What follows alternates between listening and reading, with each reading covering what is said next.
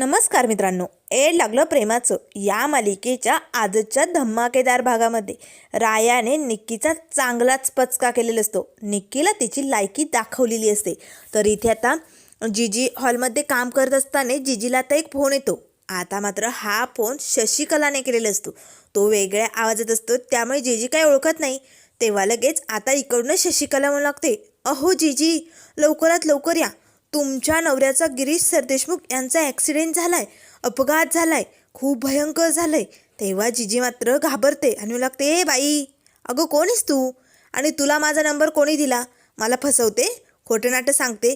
नेमकं तुझं मनात आहे तरी काय, सांगशील का? तेव्हा लगेच आता इकडनं शशिकला म्हणू लागते, अहो ताई, मी तुम्हाला का फसू? म्हणजे तुमच्या गिरीश सरदेशमुखांना काही झालं तर तुम्हाला खरं वाटेल का? जाऊ द्या मग, मी नाही सांगत तुम्हाला. असे म्हणत आता लगेच शशिकला फोन ठेवणार. तेच आता जीजी म्हणू लागते, नाही नाही, कुठे आहेत ते, कसे आहेत ते, आणि मला लवकर सांगा ना, कुठे ॲक्सिडेंट झाला आहे. असे म्हणत धावतच आता जीजी मोबाईल आपला खाली टाकून गावाकडे निघालेली असते. आता मात्र लगेच इकडे शशिकला आणि निक्की हॉलमध्ये येतात आणि पटकन आता जीजीचा फोन हातात घेतात. तेव्हा शशिकला म्हणू लागते, चला म्हातारी तर निसटली घरातनं, आता निक्की तू तयारीला लाग, तुला तुझा जलवा दाखवायचा आहे ना. असे म्हणत आता निक्कीने समधी काही तयारी केलेली असते. तर इकडे राया गावातनं चाललेला असतो. जीजीचे 1 2 3 फोन आलेले असतात. राया पटकन आपला मोबाईल बघतो, अरे बापरे, जीजीचे एवढे फोन. असे म्हणत राया पटकन जीजीला कॉल करतो. तर जीजीच्या फोनवरती आता निक्की असते. निक्की म्हणू लागते, राया राया तुला किती फोन केले, कुठेच राय तू? अरे नानांना इकडे बिबट्याने पकडलंय, बिबट्याने नानांवरती हल्ला केलाय, नाना खूप रक्तबंबाळ झाले, जखमी झाले, राय तू लवकर ये. तेव्हा राय म्हणू लागते, निके काय ग, काय प्लॅन आहे तुझा नेमकं? कापाबाईस, उगाच खोटं नाटं सांगून मला अडकवण्याचा प्रयत्न करू नको. नाना कशाला जातील जंगलाकडे, शक्यच नाही आहे ते. तेव्हा निक्की म्हणू लागते, राया अरे मी खरं सांगते, खोटं नाही आहे. हे बघ नाना, नाना काय होतंय, नाना तुम्ही डोळे उघडा. असे म्हणत आता निक्कीने रायाला घाबरवलेलं असतं. राया मात्र विचार करू लागतो, खरंच नानांना काही झालं असेल का? नाही नाही नाही, मला जाऊन बघावं लागेल. असे म्हणत धावतच राया घराकडे निघालेला असतो. तर इकडे जीजी गावात आलेली असते. आता शशिकलाने जी जागा सांगितलेली असते त्या जागेवरती तिथे सगळीकडे स्टॉल लागलेले असतात. तेव्हा आता जीजी आजूबाजूच्या लोकांना विचारू लागते, इथे कुठे अपघात झालाय का, यांना बघितलं का, गिरीश सरदेशमुख आमचे नाना यांना बघितलं का? अशी चौकशी आता जीजीने सगळीकडे केलेली असते. गावातले एक काका असतात. आता जीजीने त्यांनाही विचारलेलं असतं. तेव्हा ते काका म्हणू लागतात, जीजी मला त्या अपघाताबद्दल कोणी काही बोललं नाही, पण तसं जर झालं असेल तर आपण चौकशी करूया, इथेच कोणाला तरी माहिती असेल. तेवढ्यात आता समोरनं नाना येताना दिसतात. तेव्हा जीजी म्हणू लागते, हो तुम्ही तुम्ही बरे आहात ना? नाना आता जीजीला बघू लागतात आणि जीजी खूप घाबरलेली असते. तेव्हा नाना म्हणू लागतो, उमे अगं तू ठीक आहेस ना, कुठे ॲक्सिडेंट झाला आहे तुझा? आता जीजीला धक्का बसतो. मलाही यांचा ॲक्सिडेंट झाला आहे असं कळवलं आहे, यांनाही माझा ॲक्सिडेंट झाला आहे असं कळवलं आहे, नेमकं आहेस तरी कोण आणि हे सगळं का केलं? तेव्हा जीजी म्हणू लागते, हो म्हणजे तुम्हालाही फोन आला होता का? तेव्हा नाना म्हणू लागतो, हो उमे, तुझा ॲक्सिडेंट झाला आहे असा फोन आला होता म्हणून मी धावत आलो. आता मात्र लगेच जीजी म्हणू लागते, म्हणजे याचा अर्थ कोणीतरी आपल्याला खोटं सांगते. मलाही हेच सांगितलं होतं, तुम्ही निखिलला एकटे सोडून का आले? तुम्ही जा बरं पटकन हॉस्पिटलला, नक्कीच घरी काहीतरी भानगड झालेली दिसते, मी पटकन घरी जाते. असे म्हणत आता जीजी धावतच घरी निघालेली असते. तर इकडे राया आता घरी आलेला असतो. आता घरात येताच राया आता जीजी नाना आवाज देऊ लागतो, पण हॉलमध्ये कोणीच दिसत नाही. मग राया लगेच मंजिरीच्या खोलीकडे वरती जातो. तोपर्यंत निक्कीने हॉलला इकडे कुलूप लावलेलं असतं. त्याच वेळेस राया खाली येतो आणि बघतो तर कोणीच नाही. तेव्हा राया लागतो, चला इकडे कोण नाही आहे, नाना जीजी कुठे गेले असतील. असे म्हणत राया बाहेर निघालेला असतो. बघतो तर दरवाजाला आतमधनं कुलूप लावलेलं असतं. आता रायाला जरा धक्का बसतो. त्याच वेळेस लगेच हॉलमधले लाईट बंद होतात. राया आता पाठीमागे वळून बघतो तर निक्की आलेली असते. निक्कीने आता छान अशी साडी घातलेली असते, मेकअप केलेला असतो. आता मात्र लगेच निक्की इथे डान्स सुरू करते. आता मात्र रायाला खूपच राग येतो. निक्की आता आपल्या जाळ्यात रायाला अडकवण्याचा प्रयत्न करत असते. आता निक्कीने रायासाठी दारूही आणलेली असते, पण राया मात्र आता रागानेच निक्कीकडे बघत असतो. आता निक्कीचा हा डान्स बघून रायाचं डोकं मात्र संतापलेलं असतं. त्याच वेळेस राया लगेच आपल्या हातात जो ग्लास असतो तो खाली फेकतो आणि फोडतो आणि लागते, बास बास झालं निक्के, झाला तुझा डान्स करून झाला असेल ना, तर थांबव हे सगळं. अगं तू हा असला डान्स करून ना या कलेचा अपमान करते आणि एक स्त्रीचाही अपमान करते, हे विसरू नको. तेव्हा लगेच आता निक्की म्हणू लागते, राया हे बघ राया, माझं तुझ्यावरती खूप प्रेम आहे आणि त्यामुळे मी तुला कुठेही जाऊ देणार नाही म्हणून हे समज करते. आणि काय चुकीचं केलं रे? माझं प्रेम आहे तुझ्यावर. तेव्हा लगेच राया लागतो, निक्की याला प्रेम नाही, याला वासना म्हणतात. त्यामुळे चल हो बाजूला, जाऊ दे मला, बाद झाली तुझी नाटकं, असे म्हणत राया निघालेला असतो.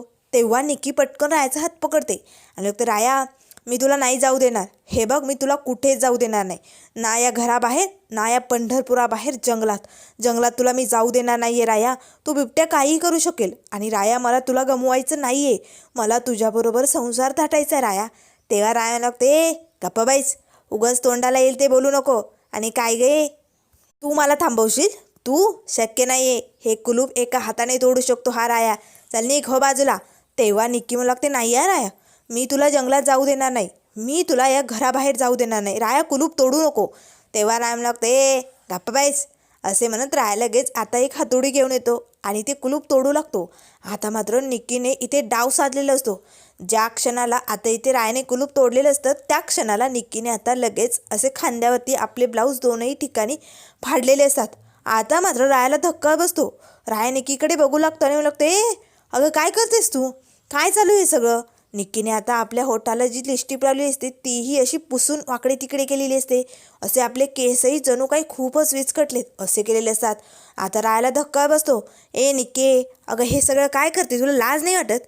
तेव्हा निक्की जोरजोरात ओरडू लागते, राया राया सोड मला, काय करतोयस राया, वाचवा वाचवा, असे आता ओरडू लागते.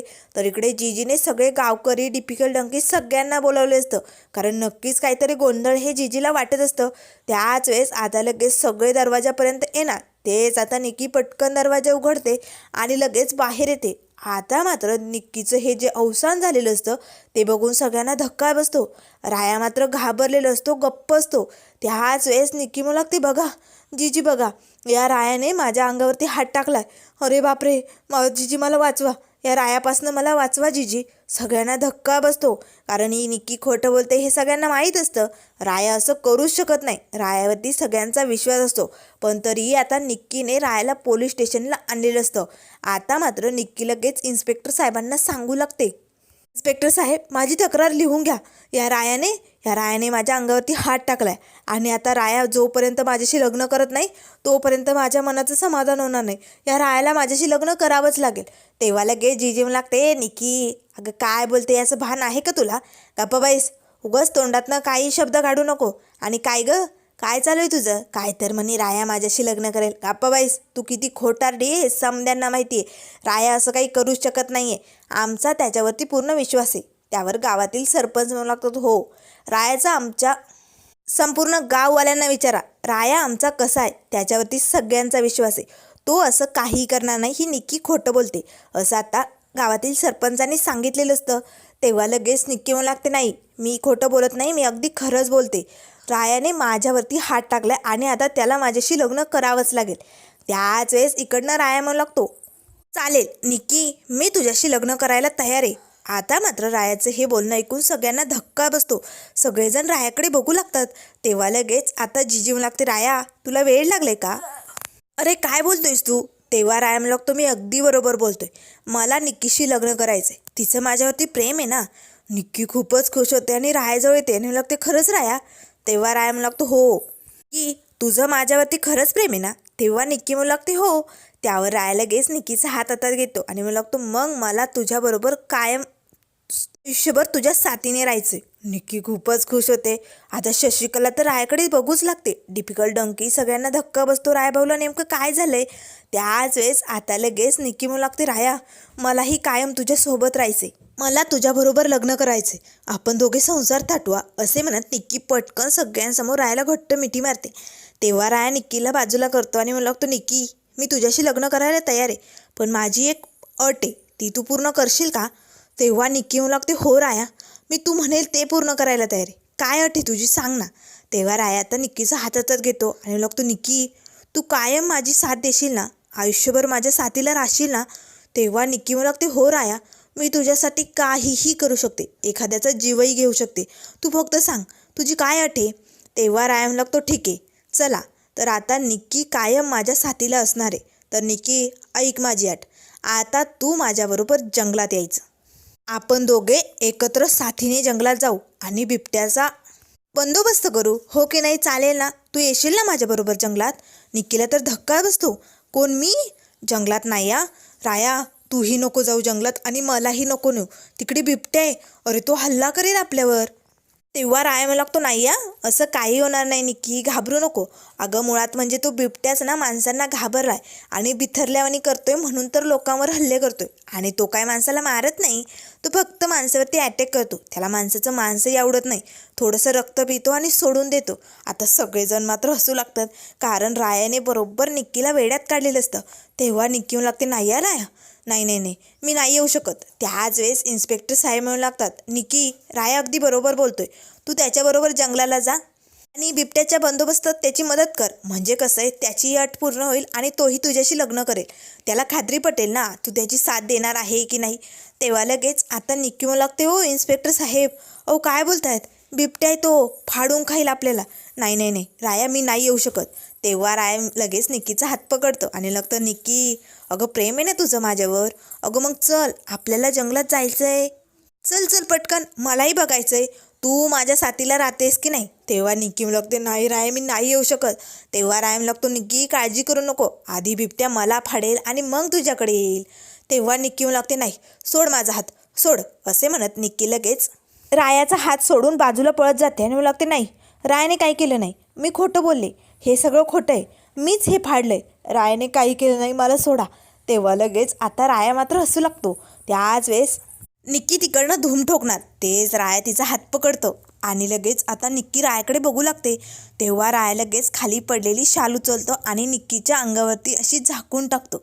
म्हणून निक्की, अगं याला प्रेम नाही, याला वासना म्हणतात. आज जर तुझ्या जागेवरती माझी मिस फायर असती ना, तर ती हातातलं काम सोडून जंगलात या रायाचा जीव वाचवण्यासाठी आली असती. याला म्हणतात प्रेम. कळलं निक्की? आता मात्र निक्की लगेच रायाकडे बघू लागते. सगळेजण आता या निक्कीवरती हसू लागतात. त्याच वेळेस आता लगेच राया मला लागतो, इन्स्पेक्टर साहेब, आता निक्कीने तुमच्यासमोर सगळे गुन्हे कबूल केलेत, आता नेमकं काय करायचं ते तुम्ही ठरवा. तेव्हा इन्स्पेक्टर साहेब म्हणू लागतात, राया तू जाऊ शकतोस. नाना जीजी सगळेजण आता हसतच, टिपिकल डंकी मात्र निक्कीला चिडवतच तिकडनं निघून जातात. त्याच वेळेस निक्की इन्स्पेक्टर साहेबांजवळ येते आणि लागते, मला माफ करा, चुकलं माझं. तेव्हा इन्स्पेक्टर साहेब म्हणू लागतात, चुकलं नाही, मोठा गुन्हा केलाय तू. अगं रायावरती हे असले आरोप करत होती तू, रायाने तक्रार केली नाही म्हणून, नाहीतर आता मी तुला अटक केली असती आणि जेलमध्ये टाकली असती. चल निघ इकडनं. आता निक्की मात्र तिकडनं निघालेली असते. त्याच वेळेस ती मनाशीच म्हणू लागते, राया तू कितीही काही कर आणि काहीही म्हण, या निक्कीचं तुझ्यावरती प्रेम आहे आणि ती प्रेम करणारच आहे, असे ती मनाशीच म्हणत आता घरी निघालेली असते. तर इकडे राया आता विठुरायाच्या मंदिरात आलेला असतो. तर आता राया विठुरायासमोर हात जोडतो आणि मला लागतो, ए विठुराया, अरे बघतोयस ना तू नेमकं काय चालू आहे ते बघ. या तुझ्या पंढरपुरावरती मोठं संकट आलंय रे. त्यासाठीच या रायाने मोठं पाऊल उचललंय. एकतर या रायाला त्याच्या मिसफायरशी खोटं बोलावं लागलंय, त्यामुळे त्याने मिसफायरला नागपूरला पाठवले. माझ्या मिसफायरची साथ माझ्याबरोबर नाही आहे, पण विठुराया या कामात आता तुला माझी साथ द्यायची बरं का. असशील ना माझ्या सोबतीला तू. हे बघ, मला त्या बिबट्याचा बंदोबस्त करावाच लागेल, तरच तुझ्या या पंढरपुरावरचं संकट जाईल. त्यामुळे विठुराया तुला माझी साथ द्यावीच लागेल. म्हणून हा राय हे सगळं पाऊल उचलतोय. आणि त्यात माझी मिसफायर माझ्या साथीला असती तर तीही माझ्याबरोबर जंगलात आली असती, नाहीतर मलाच तिने जंगलात जाऊ दिलं नसतं. त्यामुळे मला रिस्क घ्यायची नव्हती ना, म्हणून मला माझ्या मिसफायरशी खोटं बोलावं लागलं. पण विठुराया तू समजून घ्या आणि तू माझ्या सोबतीला राहा, नाहीतर विठुराया तूच ठरव बाबा. एकतर आता या पंढरपुरात तो बिबट्या राहील, नाहीतर हा राया राहील. मी मोठं पाऊल उचललंय, पण आज ना उद्या हा रायाचं काय होतंय काय नाही मला खरंच काही माहिती नाही. पण राया त्या बिबट्याचा बंदोबस्त करायला जाणार, असे रायाने ठरवलेलं असतं. ठरल्याप्रमाणे आता रायाने बिबट्याला पकडण्यासाठी जाळी, रक्ताची पिशवी, जे जे काही सामान लागत असतं ते सगळं काही आणलेलं असतं. आणि डिफिकल्ट डंकी आणि राया तिघांसाठी आता गळ्यात घालण्यासाठी जे पट्टे असतात, ज्याला खिळे असतात, ते पट्टेही आणलेले असतात. सगळी तयारी होताच आता मांस, रक्ताची पिशवी, जाळी वगैरे सगळं घेऊन तिघेही आता जंगलाकडे निघालेले असतात. तर इकडे शशिकला आता संध्याकाळी घोरपडेकडे जाते. तेव्हा घोरपडे म्हणू लागतो, शशिकला काहीतरी आनंदाची बातमी असली तर सांग ना गं, इथे ना माझा मूड खराब झालाय. तेव्हा शशिकला म्हणू लागते, आहे ना खूप आनंदाची बातमी आहे. अरे त्या मिसफायरचा वाघ निघाला बिबट्याला पकडायला जंगलात. तेव्हा लगेच आता जयम लागतो, हो खरंच? मग तर ती मिसफायरही गेली असेल. आता तर अवघडच आहे बाबा, मिसफायरला वाघ खाणार, माझी मंजिरी जाणार. तेव्हा शशिकला लागते, नाही रे, त्या मंजिरीला काही होणार नाही. तेव्हा जयम लागतो, असं थोडी, बिबट्या काही चॉईस करत बसेल का? मला मंजिरी नाही आवडली, मला राया आवडला, असं थोडी असते. तो पिसाळेला बिबट्या आहे, तो दोघांवरती वार करणार आणि एकाच क्षणात दोघेही संपणार. तेव्हा शशिकला म्हणू लागते, नाही रे बाबा, हा राया कसा आहे तुला माहिती आहे ना, त्याची मिसफायर नेहमी पुढे पुढे करते हे त्याला माहिती आहे. म्हणून त्याने आधीच त्याच्या मिसफायरला खोटं बोलून नागपूरला पाठवलंय. आता जयला धक्का बसतो, अरे बापरे, म्हणजे मिसफायर इथे नाही आहे का त्याची? तेव्हा शशिकला म्हणू लागते, हो, ती गेली ना तिकडे नागपूरला, कुंकू लावण्याआधीच तिचं कुंकू पुसून टाकण्यात येणार आहे हे तिला काय माहिती. असे म्हणत आता जय आणि शशिकला खूपच खुश झालेले असतात. तर त्यानंतर मित्रांनो पुढील भागामध्ये आपल्याला बघायला मिळेल, इथे राया, डिफिकल्ट, डंकी जंगलात गेलेले असतात, पण आता मिसफायर आहे त्यांच्या पाठोपाठ जंगलात आलेली असते. आता मात्र या बिबट्याचा बंदोबस्त राया कसा करणार आणि मिसफायर आणि स्वतःचा जीव कसा वाचवणार हे आपण लवकरच बघूया.